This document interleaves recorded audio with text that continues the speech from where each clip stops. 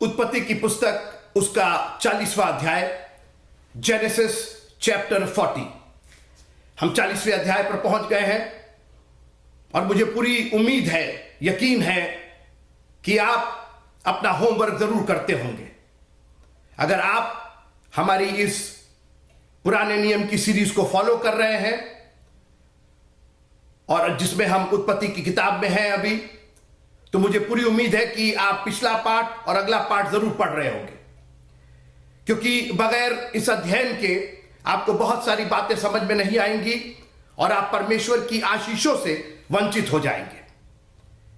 जब आप भोजन बनाने बैठते हैं तो अगर चीजों की कमी हो जाए, इंग्रेडिएंट्स या जो सामग्री है, भोजन सामग्री है, उसकी कमी हो जाए, मालूम हुआ आप भिंडी की सब्जी बनाने बैठे, भिंडी ही नहीं है, बाकी सब कुछ है, भिंडी नहीं है तो भिंडी की सब्जी कैसे बनेगी? आलू की सब्जी बनाने बैठे, आलू ही गायब है। तो पहले तो आलू लाना पड़ेगा ना आपको आलू की जरूरत है ना। जिस चीज के लिए आप बैठे हैं मनन करने के लिए, उसका अध्ययन तो आपको करना ही पड़ेगा। और इसलिए उत्पत्ति का 40वां अध्याय मैं चाहता हूं कि अगर आपने अभी तक नहीं पढ़ा है तो जरूर पढ़ लीजिए, और अगर पढ़ लिया है तो चलिए आगे इस बात पर, इस घटनाक्रम पर ध्यान देते हैं। कितनी आशीषित बात है मित्रों कि परमेश्वर का यह कलाम, ध्यान से सुनिएगा, जो हजारों साल पहले पवित्र आत्मा की प्रेरणा से अलग अलग लेखकों के द्वारा लिखा गया, आज 2019 के नवंबर के इस दिन आज हमारे पास यह है मित्रों। We can read, we can ponder, we can explain, we can get blessed. हम आशीषित होते हैं इससे। कितनी बड़ी आशीष है ये। वो वचन जो अनादिकाल से अनंत काल तक, the word that is God himself is in our hands, आज हमारे हाथों में है, हम पढ़ सकते हैं। आप इसकी अवहेलना कैसे कर सकते हैं? आप संडे मॉर्निंग दुनिया के कार्यक्रम में कैसे शामिल हो सकते हैं परमेश्वर के कलाम को छोड़ करके? मैं नहीं समझता मित्रों। आप इस दुनिया के कार्यक्रम में शामिल होकर के बहुत कुछ प्राप्त कर सकते हैं, लेकिन वो इस दुनिया में ही रह जाएगा, इस बात की गारंटी है। लेकिन जिस दिन आपने कलाम को ग्रहण कर लिया, मरती हुई परिस्थिति में भी ग्रहण कर लिया, उस चोर ने मरणासन की स्थिति में उस कलाम को ग्रहण किया, मुझे याद करना, मैं तेरी बादशाहत में शामिल होना चाहता हूं, तू राजाओं का राजा, बादशाहों का बादशाह है, बादशाहत तेरी है। उसने कबूल किया और हमेशा की जिंदगी पा गया मित्रों, फिरदौस चला गया।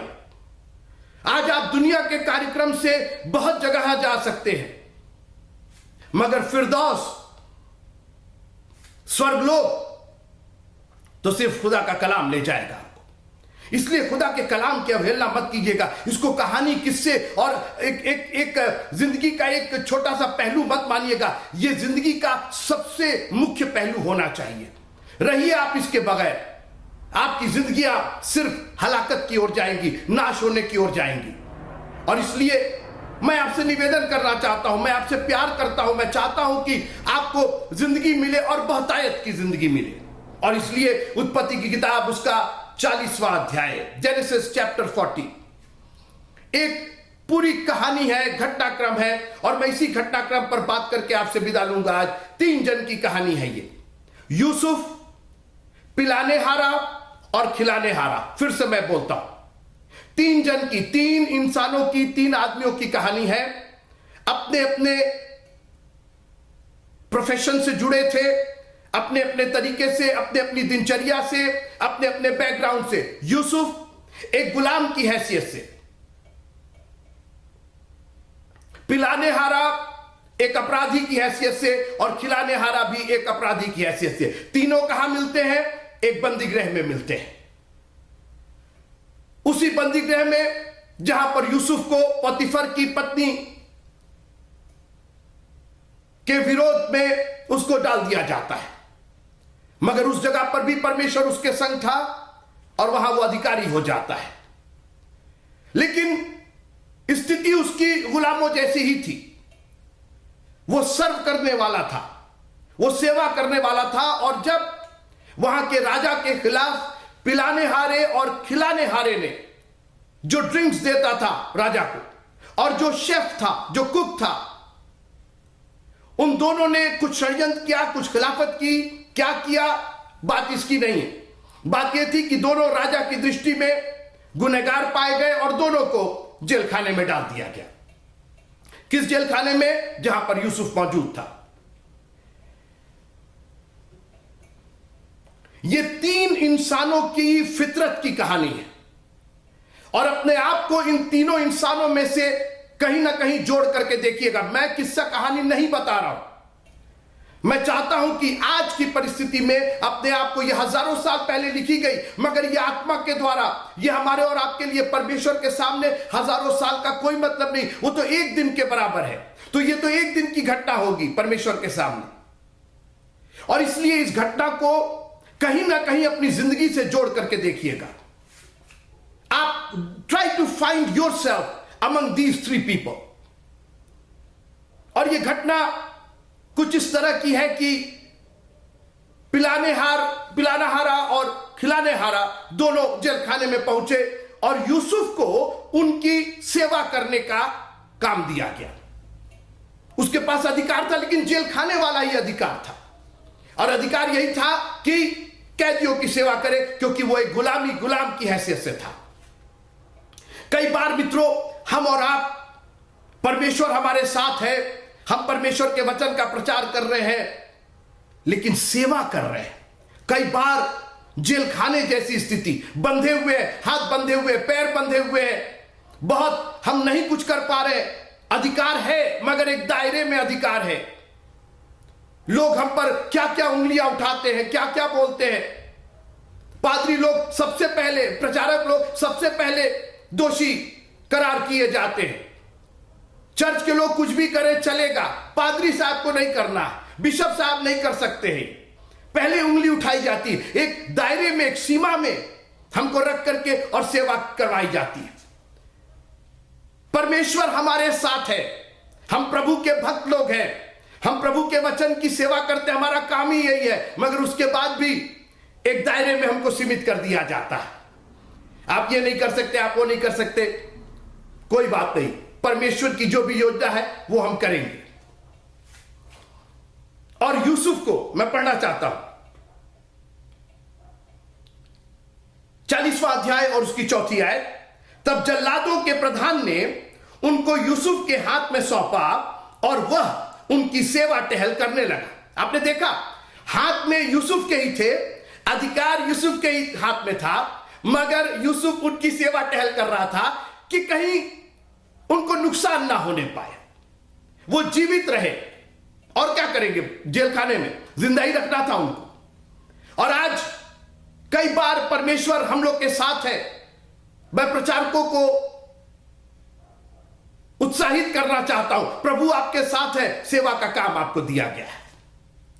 एक दायरे में है, आप बाहर नहीं निकल सकते, जेल खाने के बाहर नहीं, उसी दायरे में, वहां पर भी सेवा का काम दिया गया। सो वे कुछ दिन तक बंदी गृह में रहे। ये आए थे अपराधी होकर के, लेकिन यूसुफ के अपराधी नहीं थे, ये राजा के अपराधी थे।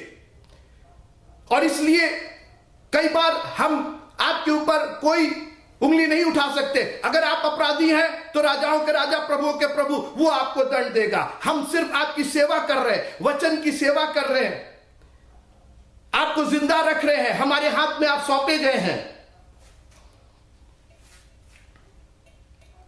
ये 3 व्यक्तियों के चरित्र की घटना है, पिलाने हारा, खिलाने हारा और यूसुफ। और एक दिन ऐसा हुआ कि इन दोनों के मुंह उदास थे, चूंकि सेवा टहल कर रहा था।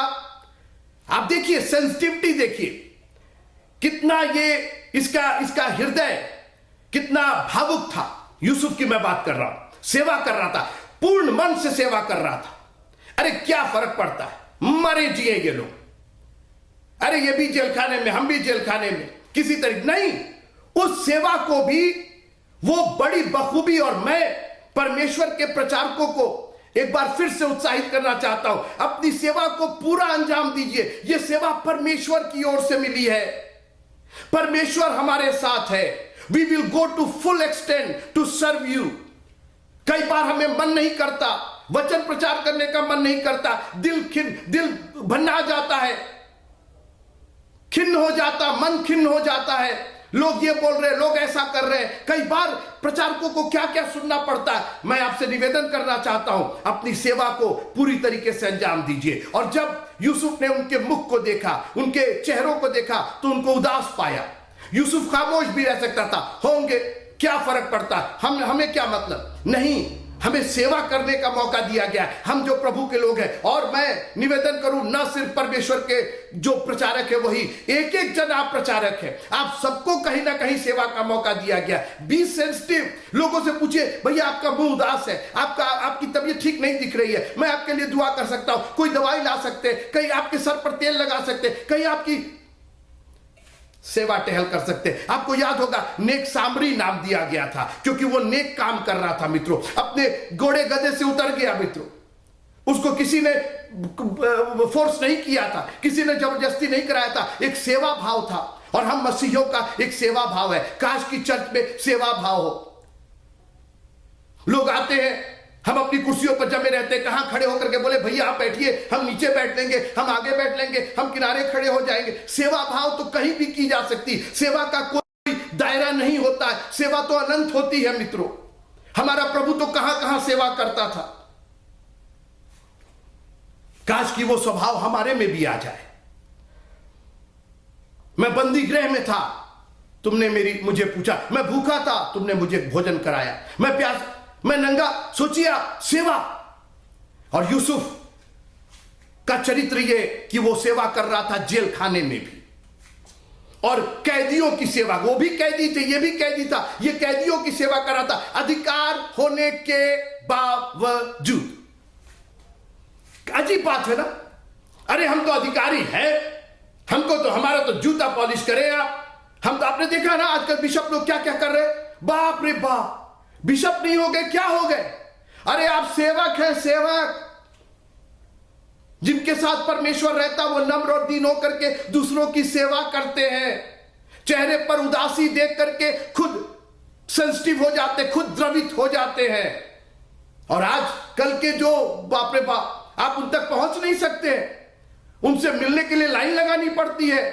बड़ी बड़ी गाड़ियां, बड़े बड़े अधिकार, अच्छी बात है, मैं उसके खिलाफ नहीं हूं, लेकिन आपकी सेवा में कमी नहीं होनी चाहिए। आप बहुत बड़ी गाड़ी रखिए, बड़े बड़े महलों में रहिए, लेकिन सेवा में कमी नहीं होनी चाहिए। आपका हृदय द्रवित रहना चाहिए। जब जरूरत हो, अगर किसी के मुंह पर उदासी हो, आप पूछिए, आप आगे आकर के पूछिए, भाई कुछ प्रॉब्लम है क्या आपको, कोई कर्ज है क्या आपका, किसी दुविधा में है आप क्या। और उस सुबह यूसुफ को समझ में आ गया कि कोई दुविधा है, और उसने पता किया, उसने पूछा, ही डेयर टू आस्क। कभी घबराइए नहीं, कोताही मत कीजिए पूछने में। परमेश्वर के लोग को पूछना है, क्या हो गया। जानते हैं आप क्यों नहीं पूछते हैं? क्योंकि आपको मालूम है कि आपके पास हल नहीं है उसका, इसलिए आप बच के निकल जाते हैं, कहीं कुछ मांग ना बैठे। भैया कोई कर्जा है क्या आपके ऊपर? हाँ है, दे देंगे क्या? आप इसीलिए पूछते नहीं, आपको मालूम भी है, आपको पता भी है, आप किनारे निकल लेते हैं, क्योंकि आपके पास हल नहीं। एक बात बताओ, आपको हल करने की जरूरत भी नहीं है। ये ना तो बल से, ना शक्ति से, पर मेरी आत्मा के द्वारा। It is the Lord who is going to fulfil it through you. अपने आप को, मैं सब कुछ कर सकता हूं, I can do all things through Christ who strengthens me. प्रभु देगा तो बिल्कुल आपको देंगे, हम नहीं कर सकते, हमारे पास ताकत नहीं है, लेकिन हम उस प्रभु को मानने वाले जिसके पास ताकत है। पतरस और यूहन्ना ने कह दिया कि silver and gold have I none. सोना और रूपा तो नहीं है, लेकिन एक चीज है, प्रभु यीशु मसीह का नाम हमारे पास। आज हम मसीह बच के निकलना चाहते हैं, क्योंकि हमारे पास ना तो सोना है, ना चांदी है, और ना यीशु का नाम है। जिस दिन यीशु का नाम आपके पास हो जाएगा, आप बोल्डली पूछेंगे, ठीक है हम नहीं कर सकते, पूछ तो सकते ही हैं, और प्रभु ने चाहा तो प्रभु वो भी पूरा करेगा। हम तो चुप कराने पर लगे रहते हैं, चेले बर्तुलमै को चुप करा रहे थे ना, क्या मांग रहे हो, क्या मांग रहे हो? अरे मांग रहे, तुमसे नहीं मांग रहे, जिसके पास है उससे मांग रहे, अपने खुदावन से मांग रहे। चेले, तुम लोग चेले हो, इतना तो मालूम होना चाहिए, कहां तुमको उठा करके लेके जाना चाहिए। उसने पूछा, तुम्हारे मुंह उदास क्यों है? दोनों ने स्वप्न देखा था, पिलाने हार और खिलाने हार में। यूसुफ ने पूछा क्या हुआ? उसने कहा कि हमने एक सपना देखा है, लेकिन उनका फल बताने वाला कोई नहीं। ये तुम सोच रहे हो, ये दुनिया है मित्रों, दुनिया सोच रही है इसका फल बताने वाला, इस समस्या का कोई समाधान नहीं है। यूसुफ का विश्वास देखिए, उस जेल खाने में, उस सीमित अधिकार में, उस सेवा करने में, उस दासत्व में, उसका अधिकार, उसका विश्वास ऐसा बना हुआ। तो उसने कहा, यूसुफ ने उससे कहा, क्या सपनों का फल कहना परमेश्वर का काम नहीं? वाह क्या बात है! काश कि हम अपने सीमित साधनों में, अपनी सीमित शक्ति में, अपने सीमित संसाधनों में, सीमित सीमा में और सीमित रुपए पैसे में, सीमित जो कार्यक्रम हमारे हैं उसके अंदर भी हम परमेश्वर को ना भूलने पाए। बजाय कुड़कुड़ाने बड़बड़ाने करे, हम क्या कर सकते हैं, अब जेल खाने में हम क्या करें, बाहर होते, चर्च में होते तो गा देते, तो बजा देते। जेल खाने में परमेश्वर, मैं आपसे पूछना चाहता हूं, आप किस सीमा में बंधे हुए, कितने सीमित हैं आप? उस सीमा में भी कोई अगर नहीं है तो परमेश्वर मौजूद है। उस जेल खाने में भी यूसुफ को मालूम था कोई नहीं तो परमेश्वर तो यहां मौजूद है। कोई नहीं बता सकता, परमेश्वर बताएगा। ओ प्रभु तेरा धन्यवाद हो। काश कि आज परमेश्वर पर हमारा इतना भरोसा हो जाए कि ऐसी परिस्थिति में जहां पर कहीं से कोई सहायता आपको उपलब्ध नहीं है, परमेश्वर की सहायता मौजूद है आपके पास। और उसने अपना स्वप्न बताया। अभी सुनते रहिएगा। मैंने शुरू कहां से किया था, मैं अपने विषय से नहीं हटाऊं। विषय यह है कि 3 जन अपने अपने तरीके से अपना अपना चरित्र सामने रख रहे हैं। मुंह उदास हुआ, यूसुफ ने पूछा,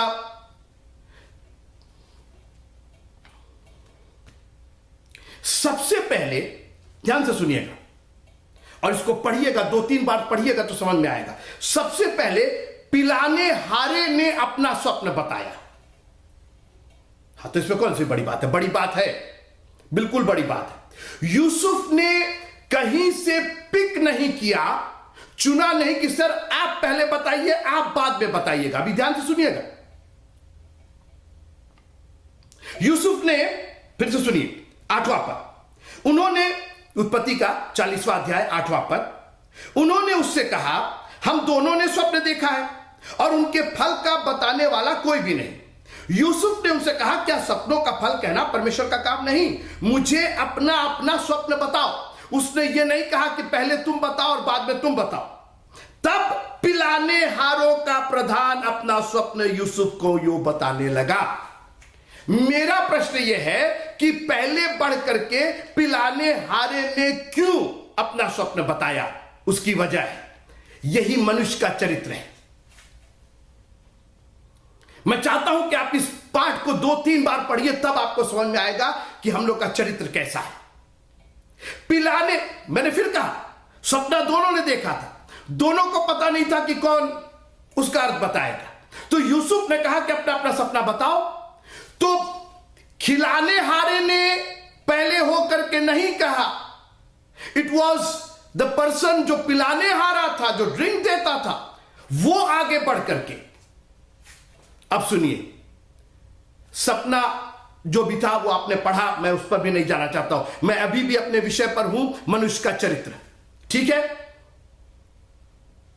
पिलाने हारे ने अपना सपना बताया और उसके सपने का अर्थ बड़ा अच्छा निकला। 3 दिन के बाद राजा तुमको बुलाएगा, नौकरी पर बहाल कर देगा। अब सुनिए,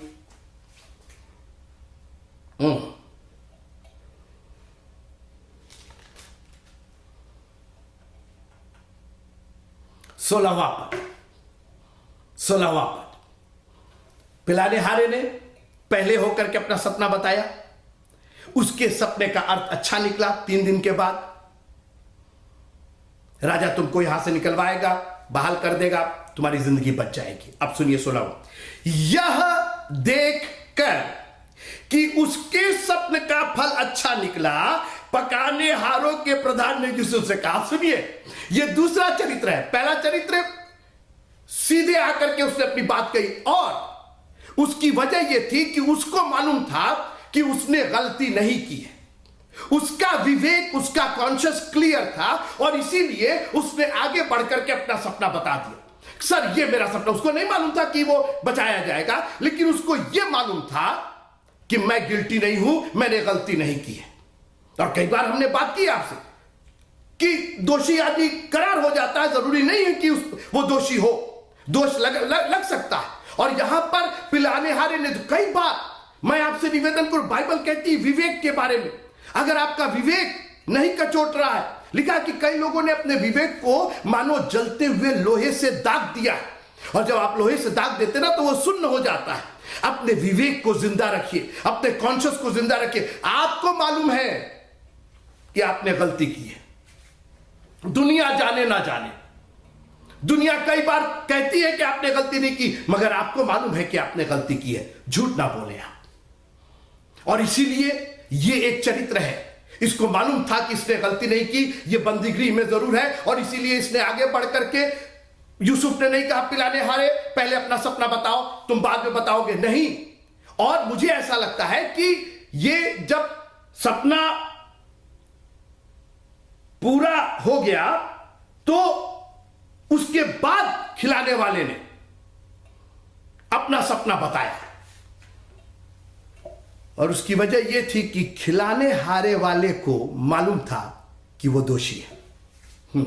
सुनिएगा फिर से, यह देखकर कि उसके स्वप्न का फल अच्छा निकला, पकाने हारों के प्रधान ने यूसुफ से कहा, मैंने भी सपना देखा। अच्छा, अभी तक वेट कर रहे थे कि देखें उसका परिणाम क्या निकलता है।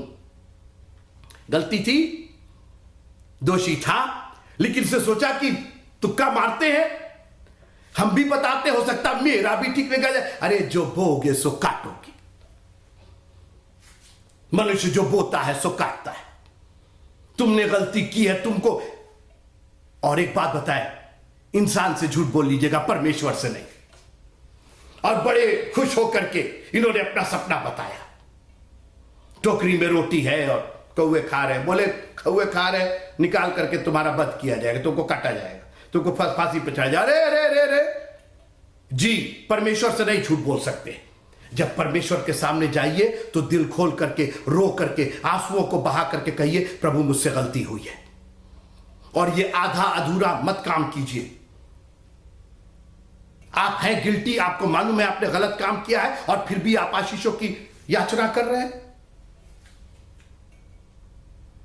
ये समझते हुए कि यूसुफ को नहीं, अरे यूसुफ को नहीं पता, स्वप्न का फल बताने वाला तो परमेश्वर था ना, यूसुफ थोड़ी बता रहा था। तो परमेश्वर के सामने तो सच्चाई बयान करो। और हुआ क्या, 3 दिन के बाद जैसा सपना था उसका, देखिए मैंने बार बार कहा कि आपने विवेक को जगाए रखिए। आपको मालूम है कि क्या सही है और क्या गलत है। दुनिया को आप बेवकूफ बना सकते हैं, परमेश्वर को नहीं, अपने को नहीं। और जब परमेश्वर के सामने आइए तो अपने अपराधों को मान लीजिए, कहिए कि yes I am guilty, I have committed this sin, मैंने पाप किया है। जब उड़ाऊ पुत्र लौट करके आया तो उसने कहा कि मैंने स्वर्ग की दृष्टि में, आपकी दृष्टि में गुनाह किया, पाप किया, गलती नहीं की है, मैंने पाप किया। वो उसका पश्चाताप, उसका मानना ही। तुम में से हर एक अपने अपने पापों की क्षमा के लिए, कैसे क्षमा मिलेगी? जब आप पश्चाताप करेंगे, जब माफी मांगेंगे, प्रभु से माफी मांगे और कहिए प्रभु I am guilty, I am sorry, मैंने आधा अधूरा रखा अपने आप को, मैं उसमें भी था, इसमें भी था, इसमें भी था, उसमें भी था, मैंने सोचा यहां भी मेरा काम निकल जाएगा, वहां भी काम निकल जाएगा। सुना ना, जब उसने देखा कि पिलाने हारे वाला काम हो गया है, अरे मेरे इनका काम हो गया है, मेरे फ्रेंड का काम हो गया है, मेरे भाई का काम हो गया, तो हम भी प्रभु को माने। ऐसा मत कीजिए, या तो आप इधर रहिए या उधर रहिए, प्रभु पर पूर्ण मन से भरोसा कीजिए। ये 2 कैरेक्टर मैंने आपको दिखाए। एक का विवेक जगा हुआ था, उसने अपने विवेक के अनुसार, उसको मालूम था कि वो गिल्टी नहीं है, उसने अपना पहले ही स्वप्न बता दिया। दूसरा कैरेक्टर, उसको मालूम था कि वो गिल्टी है, क्योंकि बाद में उसको सजा मिली, और इसीलिए वो अपना स्वप्न छिपा रहा था, वो वेट कर रहा था, पहले इनका काम हो जाए, पहले इनका कर्ज उतर जाए, पहले इनका ये हो जाए। लालच थी उसको। लालची लोगों को प्रभु दूर से देखता है। प्रभु के पीछे आप किस लालच से हैं? हम लालच देख करके आपको नहीं प्रभु के पीछे चलाना चाहते, हम आपको उद्धार का मार्ग बताना चाहते हैं, वो मार्ग जो सब मार्गों से कहीं बेहतर है। और एक तीसरा कैरेक्टर मैं बता के खत्म करना चाहता हूं। आइए, उत्पत्ति का 40वां अध्याय और उसका 14वां पद। थोड़ा सा दुखद है ये। उत्पत्ति का 40वां अध्याय और 14वां पद। सो जब तेरा भला हो, ये यूसुफ कह रहा है। वो यूसुफ जिसके साथ परमेश्वर था, वो यूसुफ जिसने उस जेल खाने में भी अपना विश्वास और अपना चरित्र नहीं खोया, आज उस सीमा ने, उस जेल खाने की दीवार ने उसको निराश कर दिया। उसको कहीं ना कहीं वो घुटन सी महसूस होने लगी। सुनिएगा, सो जब तेरा भला हो जाए तब तू मुझे स्मरण करना और मुझ पर कृपा करके फिरौन से मेरी चर्चा चलाना। एक मिनट यूसुफ, ये बात तुम किससे कह रहे हो? एक जो बंदी है, एक जो इंसान है, तुम मुझसे कह रहे हो मुझ पर कृपा करना। रे, कृपा तो तुम्हारा यहोवा परमेश्वर कर रहा है तुम पर। यहां तक संभाल करके लेकर के आया, इस जेल खाने में भी उसने तुमको अधिकारी बनाया, और अभी उसकी बड़ी योजना है। ये मूर्खता की बातें करके उसकी युक्ति को क्यों बिगाड़ना चाहते हो? उसके टाइमिंग के पहले तुम नहीं निकल पाओगे यहां से।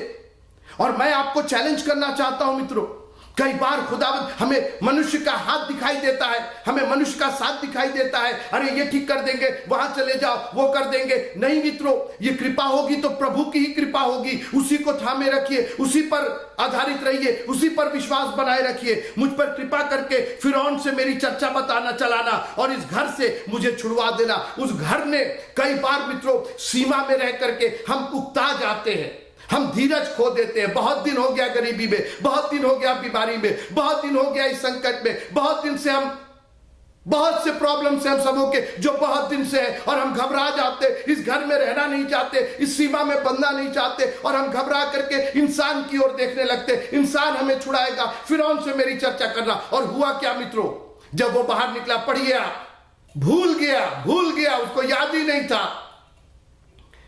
यह है इंसान की फितरत। कहां तुमको प्रभु पर भरोसा करना। यूसुफ, खुदावंद तुमको एक बहुत लंबे मार्ग पर अपने हिसाब से लेकर के जा रहा है, अपनी टाइमिंग से लेकर के जा रहा है। और आज मैं आपको चैलेंज करना चाहता हूं, खुदा का एक इंतजाम आपकी जिंदगी के लिए भी है। जो लिखा, जो अंत तक धीरज धरेगा उसी का उद्धार होगा। काश कि इस धीरज को हम ना खोए, इस हियाव को ना छोड़े मित्रों, हियाव बनाए रखिए। वन डे, एक दिन हमारा प्रभु 12 साल से, 38 साल से लोग पड़े रहे, और एक दिन प्रभु ने उनकी सुधि ली। 4 दिन का मुर्दा जब जिंदा हो सकता है, तो हम और आप क्यों नहीं उस सीमा से बाहर आ सकते हैं? इस घर से कोई इंसान नहीं छुड़ाएगा। इस सीमा से, इस शरीर की सीमा से, इस शारीरिक क्षमता की सीमा से हमें कोई और नहीं, सिर्फ हमारा प्रभु छुड़ाएगा। हमें इस आर्थिक मुसीबत से हमारा प्रभु छुड़ाएगा, अगर हम धीरज के साथ उसकी बाट जो है। लिखा है कि जब दूल्हे के आने में देर हुई, उनकी मशालें बुझने लगी, क्योंकि उन्होंने अपने आप को तैयार नहीं किया था। धीरज के साथ अपने आप को तैयार कीजिए मित्रों। जितना धैर्य, जितना धीरज रहेगा, सफलता उतनी ही आपकी होगी। कोई चीज फोर्स से नहीं हो सकता, कोई चीज जबरदस्ती नहीं हो सकती। जब एक बेबी पैदा होता है, उसका भी एक टाइम है, आप फोर्स नहीं कर सकते। हमको आज ही बेबी चाहिए, हमको आज ही चाहिए, मेरी वाइफ है, मैं हस्बैंड हूं, हमको आज ही नहीं हो सकता है। प्रभु के कुछ नियम है, कुछ कायदे हैं। धैर्य से प्रतीक्षा करना पड़ेगा आपको, उसके समय की प्रतीक्षा। और कई बार वो अपना समय नहीं बताता है, लेकिन अगर आपको उसके ऊपर भरोसा है तो उसके समय पर भी भरोसा रखिए, वो ठीक समय पर हमारा उद्धार करेगा। जब वक्त आएगा, जब पूरा होगा, हमारे प्रभु को हमसे और आपसे ज्यादा हमारे प्रभु को हमारी फिक्र है। वो जो कुछ सोचता है वो बेहतर सोचता है। ये 3 चरित्र, एक पिलाने हारे का चरित्र, जिसको अपना विवेक मालूम था, उसने विवेक को जगाए रखा था कि मैं गलत नहीं हूं, और वो बाहर निकला। उसने अपना स्वप्न तुरंत बताया, अपने आप को तुरंत सामने किया। दूसरा चरित्र जिसका विवेक, उसने अपने विवेक को मार दिया था। उसने सोचा कि उनका भला हुआ तो मेरा भी हो जाएगा। परमेश्वर न्यायी है मित्रों, आप जो बोएंगे सो काटेंगे। और फिर तीसरा चरित्र यूसुफ का, कि कई बार निराशाएं, हमारी सीमाएं, वक्त का गुजरना, लंबे समय से उस मुसीबत में रहना हमें निराश कर देता है। मगर आज मैं आपको चैलेंज करना चाहता हूं और एक आशा का संदेश देना चाहता हूं। हमारा प्रभु अभी भी जिंदा है। उसका हाथ ऐसा छोटा नहीं कि वो उद्धार ना कर सके। कई बार मेरी जिंदगी में भी हमको लगता है इट्स टू लेट, अब बहुत दिन हो गए, ये 4 दिन हो गए, अब वो कहां जिएगा, अब तो लाजर नहीं जिएगा। मार्था और मरियम जिनके घर में प्रभु उठता बैठता खाता पीता था, उनके पास निराशा हो गई। लेकिन उनके अविश्वास को देख करके, उनके दुख को देख करके कि इनके पास कोई आशा नहीं, यीशु के आंसू बहने लगे। मत बहाइए यीशु के आंसू, अपनी आशा बनाए रखिए। और लिखा है अंत में तेरी आशा पूरी होगी। अय्यूब के पास इतना बड़ा एक सीमा हो गई थी, एक मुसीबत आ गई थी। उसने कहा तूने दिया, तूने लिया, तेरा नाम धन्य हो। और आज हाथों को उठा के कहिए, प्रभु तेरा नाम धन्य हो, तेरे नाम को जय मिले। हम तुझ में बने रहेंगे, हम धीरज से बने रहेंगे। तू हमारे साथ है, अभी तक तू हमारे साथ रहा, तो आगे हमारे साथ क्यों नहीं रहेगा। अगर आपने इस जेल खाने में पहुंचाया है तो इस जेल खाने से निकासी का भी आप ही उपाय करेंगे। अगर ये परीक्षा हम पर आई है तो इसी परीक्षा के साथ साथ आप निकासी का भी उपाय करेंगे। प्रभु में बने रहिए, मजबूती के साथ बने रहिए, अपने विवेक को जगाए रखिए और कहिए प्रभु हम तेरे पीछे पीछे चलेंगे, तेरे साथ साथ चलेंगे। तू हमारा है और हम तेरे हैं। प्रभु आप सबको बहुत बहुत आशीष दे।